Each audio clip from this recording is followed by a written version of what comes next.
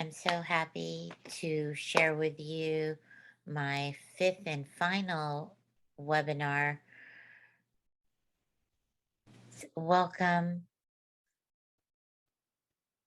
to our final episode 5 webinar. The struggle is real, student motivation, episode 5, the Department of Education creation, brought to you by the Nevada Digital Learning Collaborative of Nevada.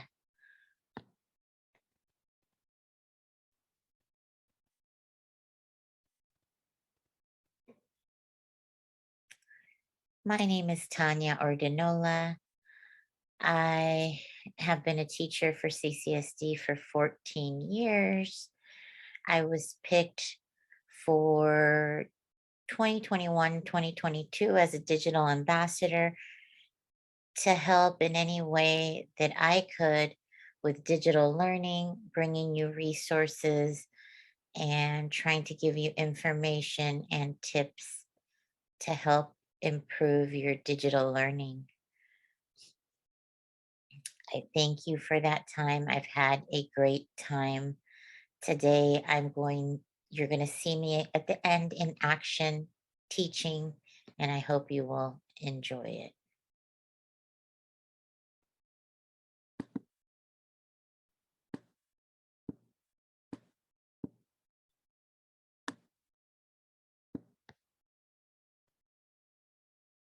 These episodes were brought to you by the Teacher Parent Collaborative, and the Teacher Parent Collaborative had a motto. And that motto was that teachers and parents can collaborate, they can inspire, they can support digital learning. We have offered you through the time as digital ambassadors, videos, expert panels, helpful digital learning tips. In addition, we have worked together to help you see through a new way of learning, which is digital learning. Through teamwork and collaboration, we have joined together to ensure student success. And as we culminate at the end of the school year, we can feel very happy that we've shared all these tips. We've shared everything that we have been able to make sure that our students were successful, and they have been. My question to you is, why do we struggle? I'll give you a few minutes to think. Why do you struggle? Why do I struggle? We sometimes struggle because we don't know what is to come. We need more help with the material. Or sometimes we struggle, right, in motivation because we're just not interested, right? And we want our autonomy, and we want to work on things that we like and that are exciting to us. And we're still learning, but we're learning things that pique our interest. And I'll talk to you more about that. Here's a quote: believe you can, and you're halfway there, right? That's by Theodore Roosevelt. So, also, a positive mindset is very helpful in motivation, thinking that you can and you're halfway there. And I truly do believe that. Sometimes with our young students, it's nerves, test anxiety, anxiety brought on by the pandemic, unfortunately. So as long as we believe that we can, we're halfway there. So the only other little part would be using some tips that'll help you motivate your students. Today, what you will need is a notebook, an open mind, and to set some goals to use this next school year if you happen to still be digital learning, or just to translate what I'm sharing into um, your regular learning, which is going back to school with the other students. Today's agenda, I'm going to talk to you about a motivational transformation, online student motivation tips, and total physical response. Where you will see me in action doing a read aloud. Headline. So ABC News 57 had shared that student motivation decline as missing assignments rise. Some students have not been motivated to learn in this new way, which is digitally. Some students were not technically knowledgeable on how to turn in assignments, and some just didn't feel motivated. ABC article was talking about motivation, and it said for parents to imagine your child was getting A's and B's. They were a great student, but that's before the pandemic. And now, for some, you're lucky that they even want to get online to their classes. Grades dip, and so does attendance. Well, that's the reality for some parents. And now it's forcing everyone to play catch up because there's been so many assignments, so many lessons that have been missed, essential learning blocks. As for attendance, the disinterest in learning is even impacting school attendance rates because the students aren't motivated to learn. Therefore, they're not in class and they're missing essential core classes like English, writing, math. According to the Indiana Department of Education, and the Goshen School District has had between a 93 and a 96% attendance rate in the past 15 years. So they have always been in the 90s as far as students coming to school and attending.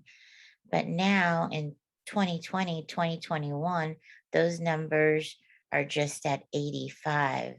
So they have seen a lot of students not attending classes, and why? Unfortunately, sometimes it's lack of motivation. Motivational transformation. Students' level of intrinsic motivation are inherent satisfaction to the activity itself, rather than an outside reward that directly corresponds with the task. Intrinsic motivation is promoted by dopamine and brain chemicals that give us a rush or a satisfaction upon achieving a goal we've chosen. When dopamine levels rise, so does one's sense of satisfaction and desire to continue to sustain attention and effort. Choices help motivation. Dopamine releases are promoted by meeting desired challenges, interacting with peers, movement, humor, and listening to music, among other things. Knowing what boosts students' dopamine levels can help you in your quest to maintain or reboot their motivation. One dopamine booster that I have found especially effective is giving students choices. That helps them feel like they have ownership in their learning. And also, it's important to bring up that students learn differently. There's many learning styles. So sometimes we have to try to do things that hit a variety of the learning styles to get the students buy-in. Examples of motivation. As I was doing my research, I found that world languages are a great example of motivation. As students learn vocabulary in target languages, you can offer them choices regarding on how they can build their mastery and self-assess their progress. Curiosity and personal relevance for this type of task can start with you showing a short humorous video in the target language. Look for clips that show positive emotions, laughter, and people and places which your learners will relate with. So, something as simple as teaching them another language can get their motivation, right? Because it's something interesting. And if we connect with that theme of student choice, interest, autonomy, then those are goals that we can set as teachers to help improve our students' motivation. Joy of motivation. Motivation has a major impact on students' efforts, academic success, and joy of learning. Providing choices for your learners to engage with new learning and to progress through achievable challenges with feedback on their progress towards their chosen goal will make a difference in sustaining their motivated effort throughout the school year ahead. So, anytime that as a teacher you can add choices, you get your students buy in. And by doing that, it helps with their motivation. I want to give you a recent example in my class. I have a series. I know it's not the full collection, but I think I had four Black Lagoon stories. It says, My teachers from the Black Lagoon, the music teachers from the Black Lagoon, the gym teachers from the Black Lagoon, etc. And I had my online students and in person students, because I teach blended learning, vote and pick one of the books to read. And first, I think they picked my music teachers from the Black Lagoon, and they enjoyed it so much.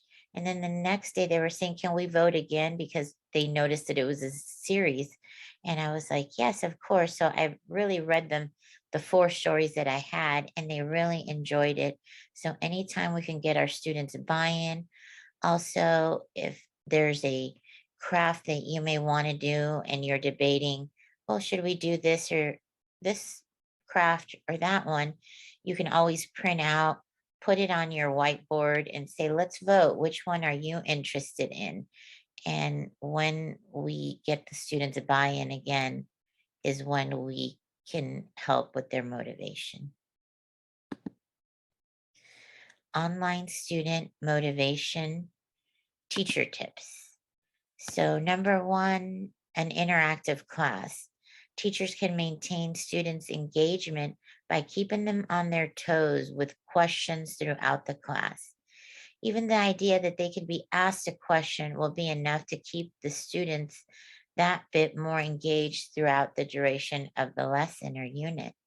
Seminars are great for working through class projects, but if the students don't really understand the topic to start with, these classes are quickly taken up by recapping the lecture. If students are asked a question during the lecture, they're more forced and will absorb more information. So if they know that you add pop quizzes, that you ask them questions, and if they know, I teach young students, they get a sticker or a reward, it really gets their buy-in and into the lesson, and they're listening and they're trying to, say you're doing shapes, to learn those shapes, even, a hexagon, to learn the vertices and angles of different shapes, because they know that you're going to ask them. And if they happen to be asked and they answer correctly, they will get either a reward, or for some students, it's just knowing the knowledge gives them that extra boost of motivation.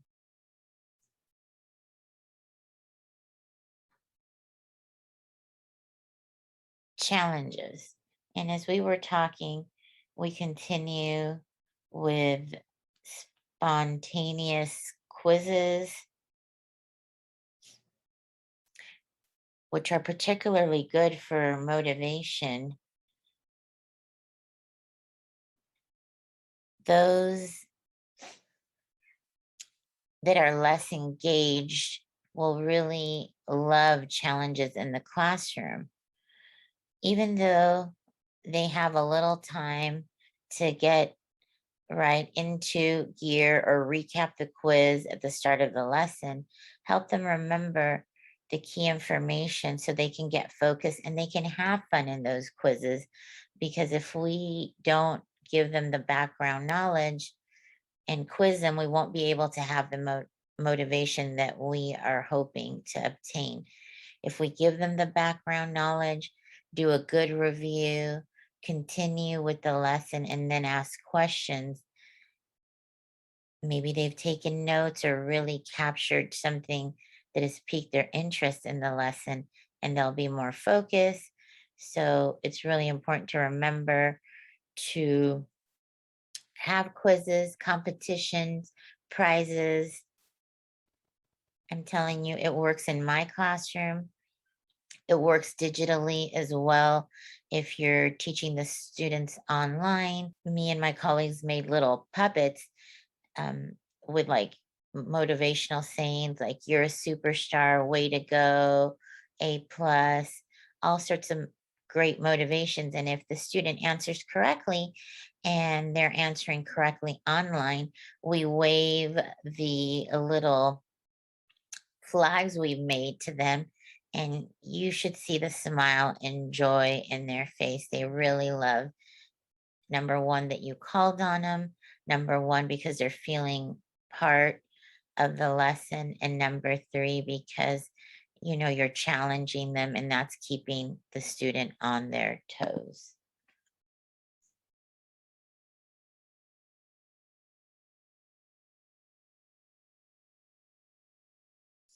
Collaboration. While working together is a good way to keep students motivated in the online environment, it's important that teachers make sure each student still feels supported as they would in the physical classroom. Direct setup and support one-on-one messaging channels with each student that provides feedback, hands-on assignments where you talk to pupils about their current workloads.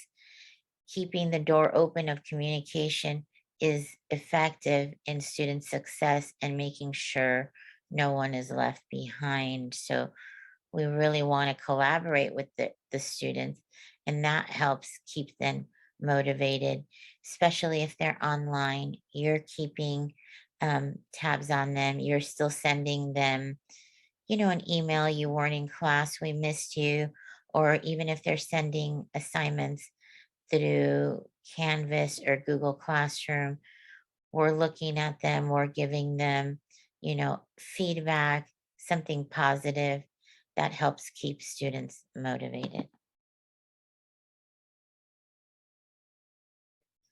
School resources. So now I want to talk to you and remind you that there's so many resources for your students, and I want to make sure that you know about them. Educational resources, we have gws.ala.org. It's a website for kids association, and it has digital media, books, and that helps students keep motivated with reading. Net, and it provides families with an educational environment for children. Children thrive when their families are engaged, and family engagement partnership recognizes that collaboration between family and school and community make every student succeed. And not only that, since we're on the topic of motivation, it helps students keep motivated when they know that their family and their teachers and their school are working together. We also have dhhs.nv.gov program, and the abbreviation is NEIS. The system provides children that have developmental delays or disabilities and their families support. They evaluate the children. They let you know the resources that can help them, even though the student may be younger. The evaluation is free of charge. You can refer your child directly, or you can have your child's physician or other professional make a referral for you, and then they will provide you with a service coordinator. You also have CCSD.net Division of Student Support Service, which is the Child's Find Project in Clark County. It's designed also to identify and evaluate educational needs of children from ages 3 to 21 who are suspected of having delays or disabilities and are not currently enrolled in the district. Parents or guardians may initiate this free evaluation of their children here in Nevada by calling the Child Find Project office.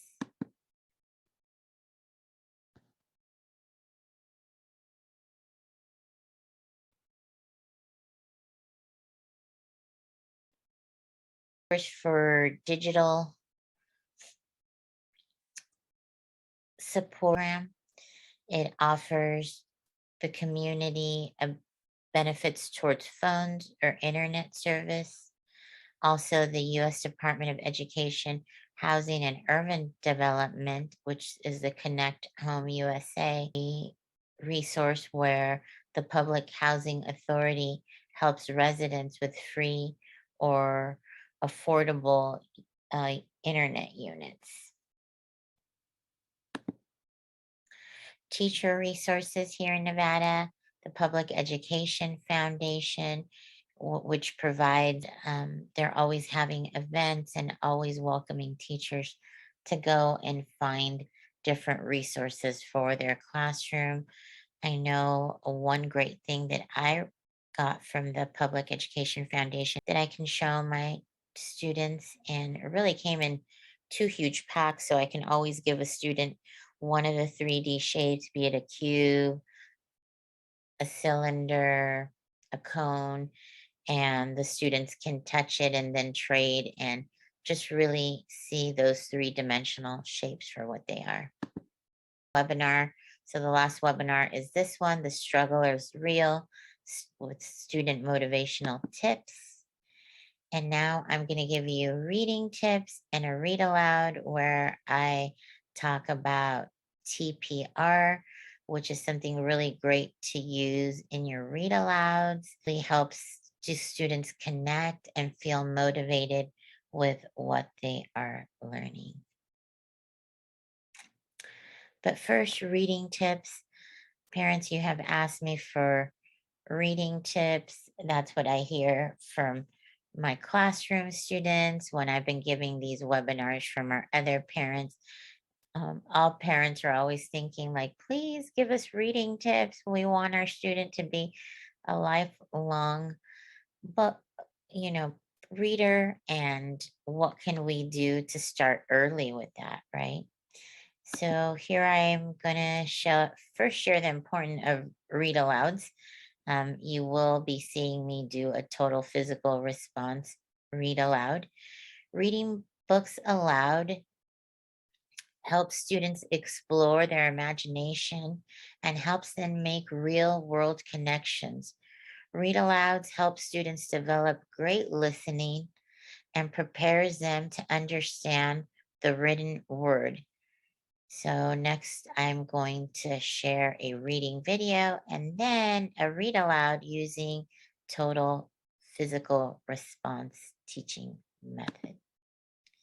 And I want to tell you about total physical response, which I believed has really helped me in the classroom using this technique, because when my students have taken their state examinations, they have all come out with very high scores. It have been minimal students who have not hit the 40 percentile mark. And so total physical response is a method of teaching language or vocabulary or even reading which I've incorporated to reading, using physical movements. This process is similar to the way students learn as infants, and it is fun and causes students less stress, right? Or anxiety. And that is another goal if we want to have our students' motivation. They need to feel comfortable and stress free. First, my reading resources, and then we will see me in action doing a read aloud using total physical response.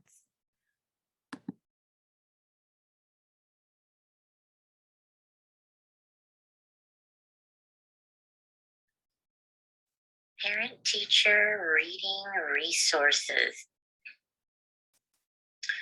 Now we're here at the portion where I'm going to give you some new parent teacher reading digital tips that you can use at home to support your student.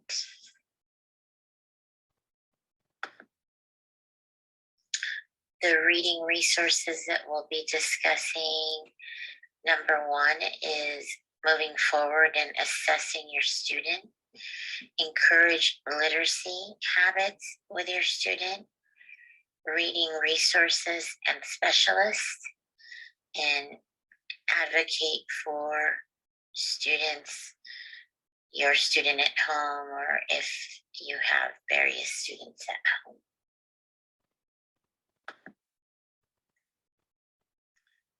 First, before you assess your student and see if they need extra support, if they're in their correct reading level, the most important advice that I would give a new parent teacher would be to find out what your students love and incorporate that in your reading material or book selections. For example, a student who loves football may be encouraged to read books on football or may want to even read the newspaper. Try to incorporate things that students like and are interested in, and that will be the cornerstone to you helping your student read. If you have books at home on things that they love, or you can check out books in the library, all of those steps will be conducive to help support your student's reading growth.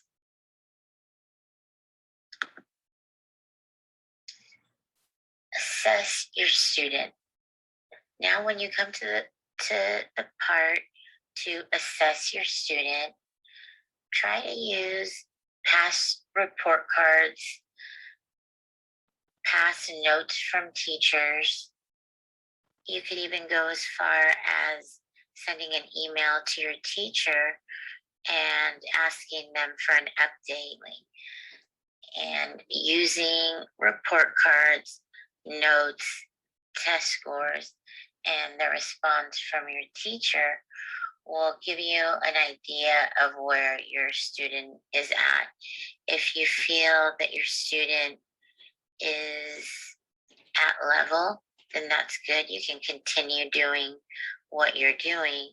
If you feel that your student is above their reading level, you can continue to push them to read different level books. If they're in level 1, they can go to level 2 or 3, and you can just keep challenging them. Now, if you feel that your student has had a change in the progression of reading that they were doing, then it's good to bring out the tools that I spoke about before: grades, test scores, report cards, note from teacher, and start thinking of what you can do Number one, you can reach out to your teacher and say, I don't feel that my student is catching on. I feel that they're falling behind. Is there any teacher assessment you can give me? Or are there any suggestions you can give me to help improve my students' reading? As teachers, we have a myriad of resources. We have extra worksheets. We see the student day in and day out, so we have an idea of where they're at and what they can do to improve. Sometimes things as little as your student's vision or hearing can be something that you can look into that can be holding them back. And also your teacher, if they are falling behind, can help put some intervention services in place. Encourage literacy habits. Family reading time is vital. Encourage students to read and visit the library. Students that struggle with reading benefit from daily reading as part of their growth and reading progression. It's also been said that if students see you reading at home, it inspires them to read as well.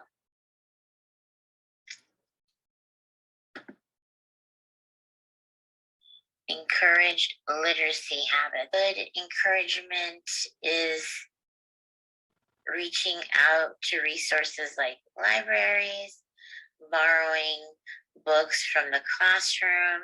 You can ask the teacher if there's some books that are at the level that your student's at that can be sent home for you to read with your students.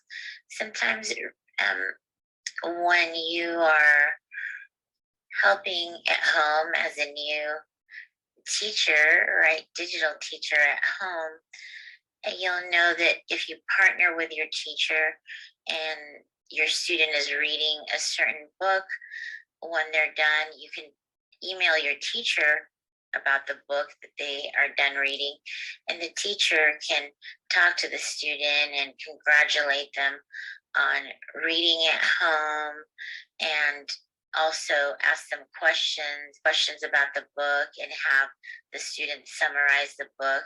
Sometimes students like sharing their successes with their teacher, and that helps encourage good literacy habits. Reading resources and specialists. First, I'm going to focus on reading resources. Some great digital reading resources that I can suggest that I like to use in the classroom myself is starfall.com. There is a paid version, but they do share a free version that you can just go in, and they have about maybe 20 books or less for free that you can use, and other free resources. And they're very vital for students that are from first to second, even possibly third grade. Another great digital resource is MobiMax, and MobiMax is free to teachers, I believe to parents too, and if not, you can ask your teacher if they can help get an account for your student. And with MobiMax, what I like is that it's very similar to the digital tests that the students take throughout the year. It's great enrichment because it starts off a little harder. It's not as easy. So it would be good for students maybe from third to fifth grade. So pretty much kinder to 5. So those would be 2 good resources that you can use. And now I'm going to focus on the specialist or reading specialist. Every school has a reading specialist, and they can provide interventions for struggling students that are having a difficult time with reading. Sometimes these reading specialists have supports programs there at school. Sometimes it's tutoring before class or after class. And having your student meet with a reading specialist, especially if you think that they're falling behind, is good because it's another resource. You can have your teacher's perspective on your students' reading, and then you can also have the reading specialist give you their perspective on your students' reading, and it's just more support for your student. Like they say, it takes a village, right, to support every student, especially in reading, as it is core to your students' education. Advocate for students. Schools have programs for students that are struggling with reading. Like I mentioned before, there's tutoring help, and depends on your school. Sometimes before school or after school. Sometimes they have programs that they can give you, which is which has codes to different reading books that help your students build, background on reading, and helps them with their reading that the school offers as well. So that is a good resource to follow up with. And now I want to tell you also about community resources for reading, which would be your library. You can go to your library, you can check out, a myriad of books that your students can enjoy. They also have some learning toys that can be checked out, and they also offer free tutoring for students there at the library. So if you feel that your teacher is giving you support, you're trying to support your student in reading at home, and you still don't feel, after assessing them, that they're at the level they need to be, or they're falling behind, you can also access free tutoring at the library, and that is a great resource too.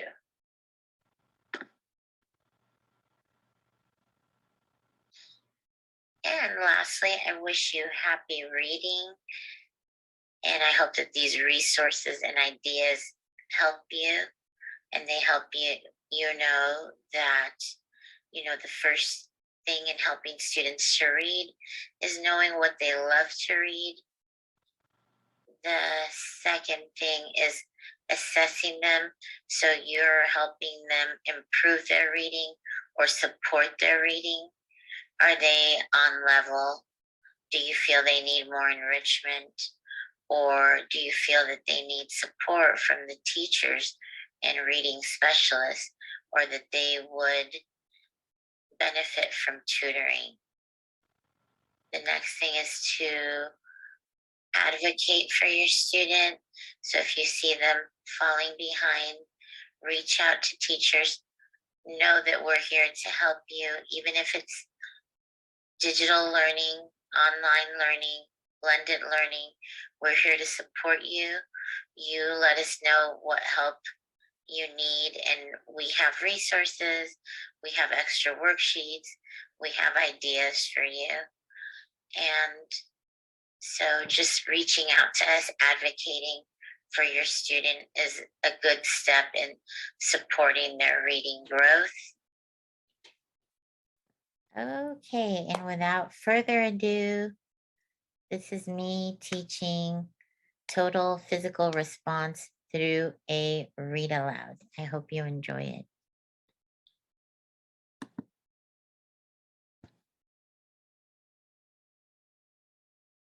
So the title of the book is If You Give a Cat a Cupcake. It's by Laura Numa. So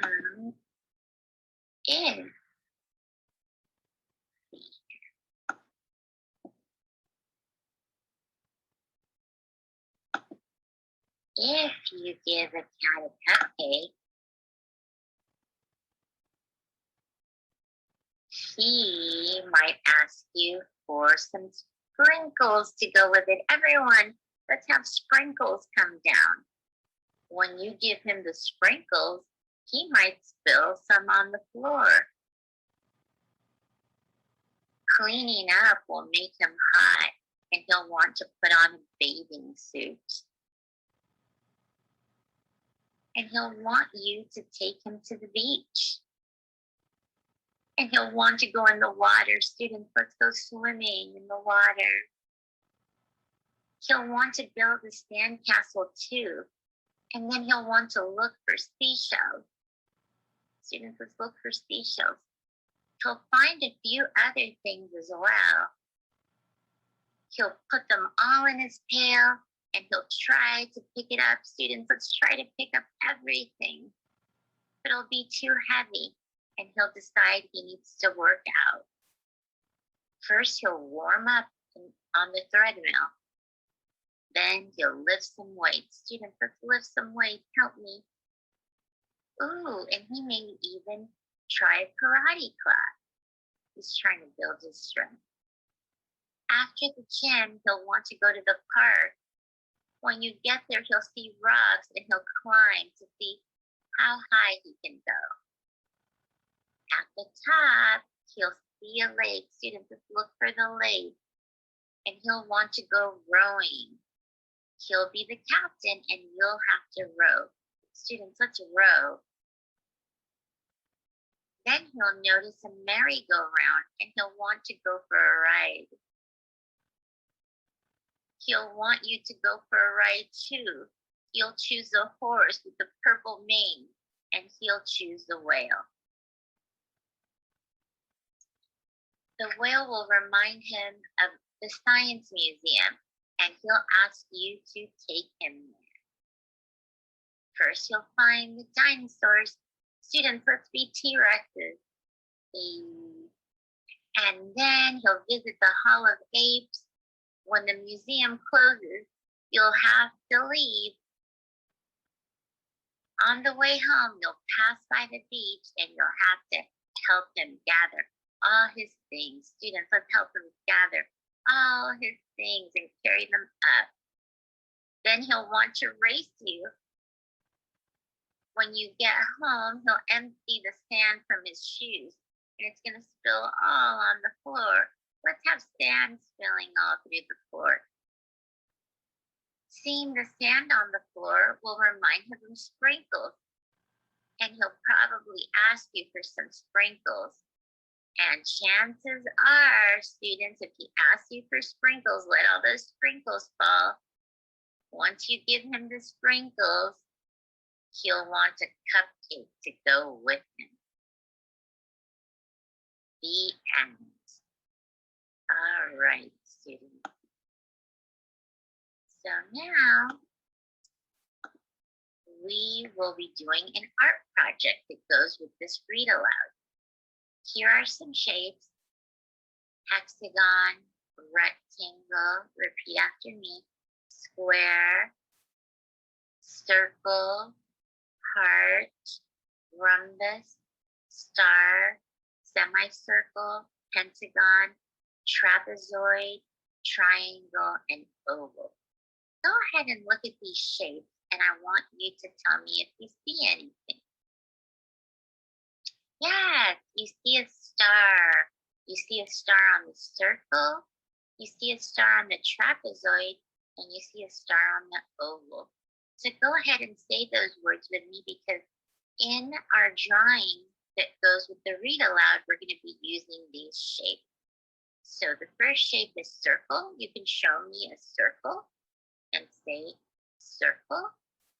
Then we're also going to be using an oval. You can show me an oval and say oval, we'll be using that in our drawing.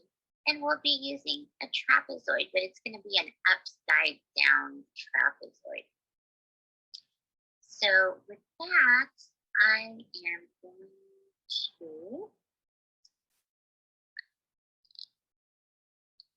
stop sharing so we can do the art project together.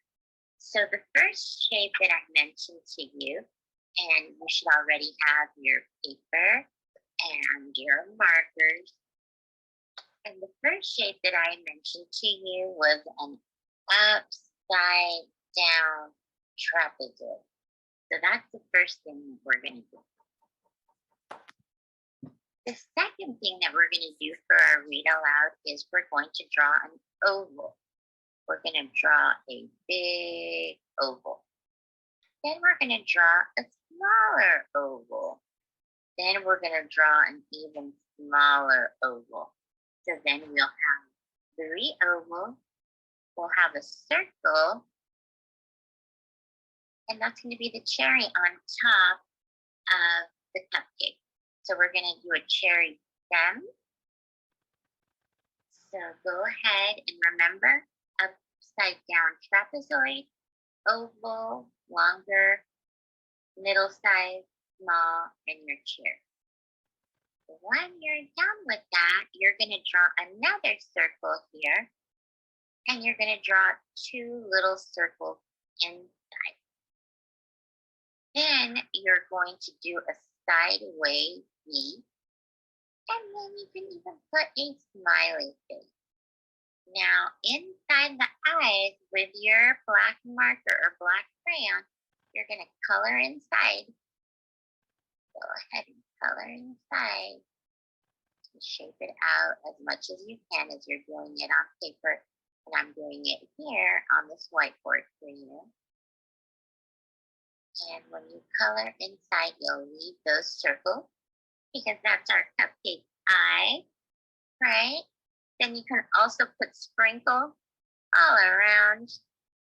And you can do them with your crayons and markers so they could be different colors. And to end this, because I've loved this lesson, how about we put 2 hearts? Like always, be sure to write your name on your paper. And I leave you with this. If your cat asks you for sprinkles, that may mean that your cat wants to put some sprinkles on a cupcake. This was a great lesson, students. I will see you tomorrow. Bye. Have a good day. Phonics advice.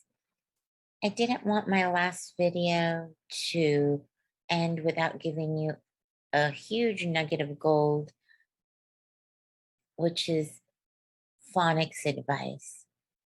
As you already know, I'm a kindergarten teacher. That's the grade that I specialize in. And when my students know their alphabet, my next building block is phonics. So parents, I wanted to leave you with this. If you've been wondering about phonics, after the student learns their alphabet, the next step is phonics. Phonics skills.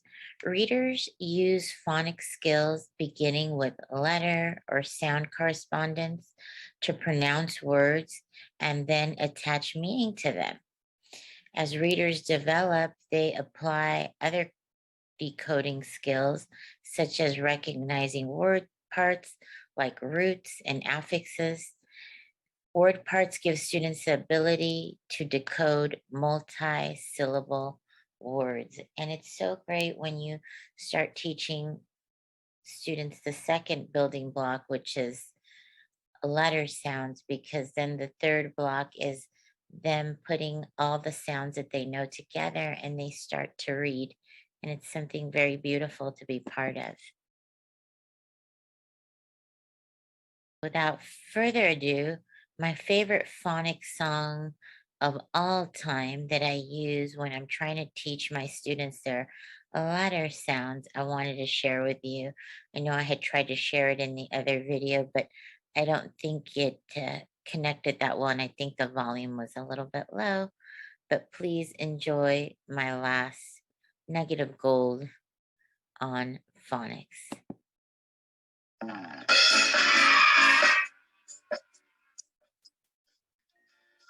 Let's learn and sing the letters and their sounds. Sing along. A is for apple, apple, apple. B is for ball, b, ball. C is for cookie, cookie, cookie. D is for daddy, daddy. E is for elbow, elbow, elbow. F is for funny, funny. G is for go, go, go. H is for happy, happy. I is for in, in. J is for juice, juice.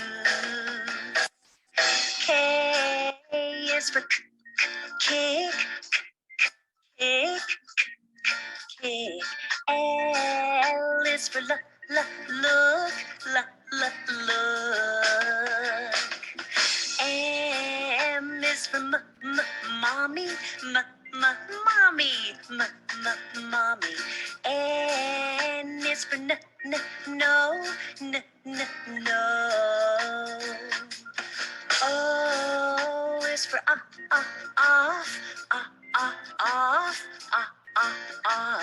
P is for play, play. Q is for quiet, quiet. R is for red, red. S is for stop, stop. T is for toilet, toilet. U is for up, up.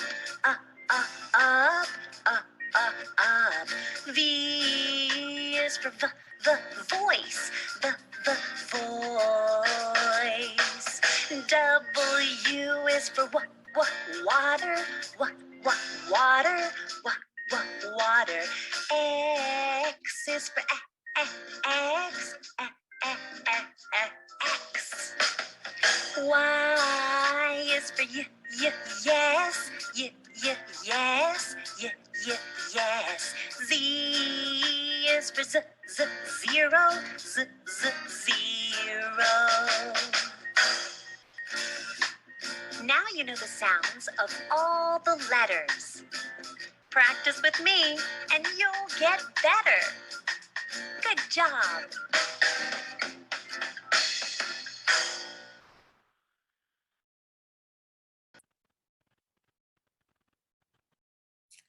I also want to give you some last literacy resources. Definitely Reading Rockets is a great one for teachers, even parents. The web address is www.readingrockets.org. Reading Rockets is a national multimedia literacy initiative offering information and resources on how young kids can learn to read and why so many struggle and how caring adults can help. Also, we have a website, colorincolorado.org. Coloring Colorado is a premier national website serving educators and families of English language learners, ELLs, in grades pre-K to 12th grade. Coloring Colorado has been providing free research based information, activities, advice to parents, schools, and communities. And they've been around for more than a decade. And the last one is readaloud.org. Read aloud is the single most important activity that parents can do to prepare their child or children for learning how to read.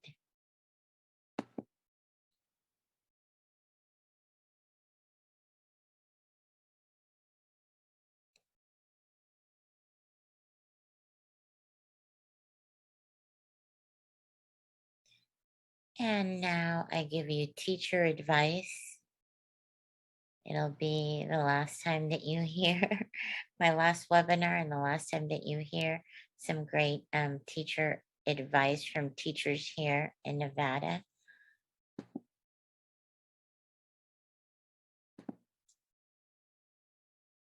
Now we're at the last portion of our webinar.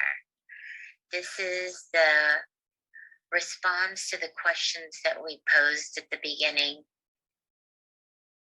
This is advice from teachers who have been in the district for many years and they're masters in their craft of teaching. They share advice kindly with us on how students can have a successful school year. First is Miss Mills. She holds a master's degree in special education. She shares, parents of younger students can work with them at home to help them learn how to log into Google Classroom and other online platforms the school uses so that they are prepared to do so independently in class. She also shares, parents can make sure students are checking their emails, to-do lists, and missing assignments daily. Parents can sign up for Google Classroom to receive emails regarding the students' work. Ms. Stella O shares 3 important tips. A, establish routines. Students should know the time to log in and when assignments are due. Routines are also helpful to avoid burnout.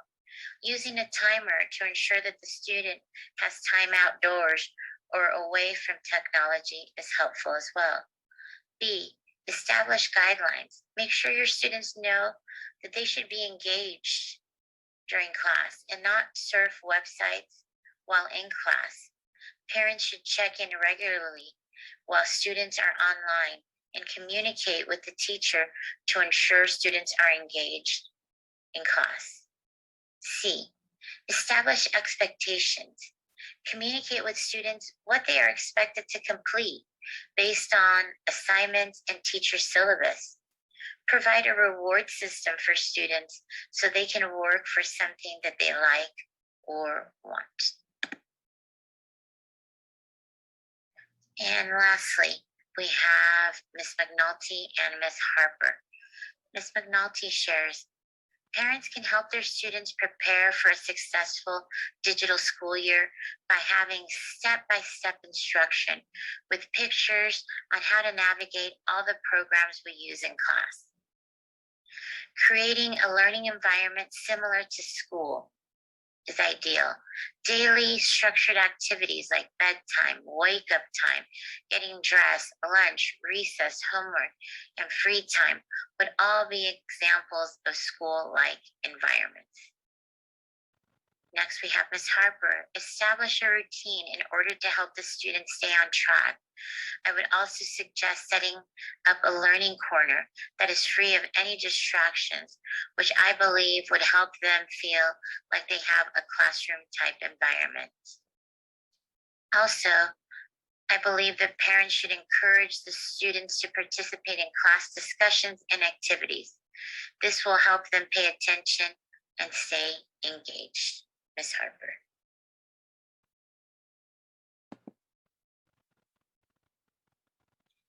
Thank you. Please reach out with any questions or if you need help with anything related to digital learning, even though this is the last webinar. If you need any help, please reach out to me at tordinola.nvdlc@gmail.com.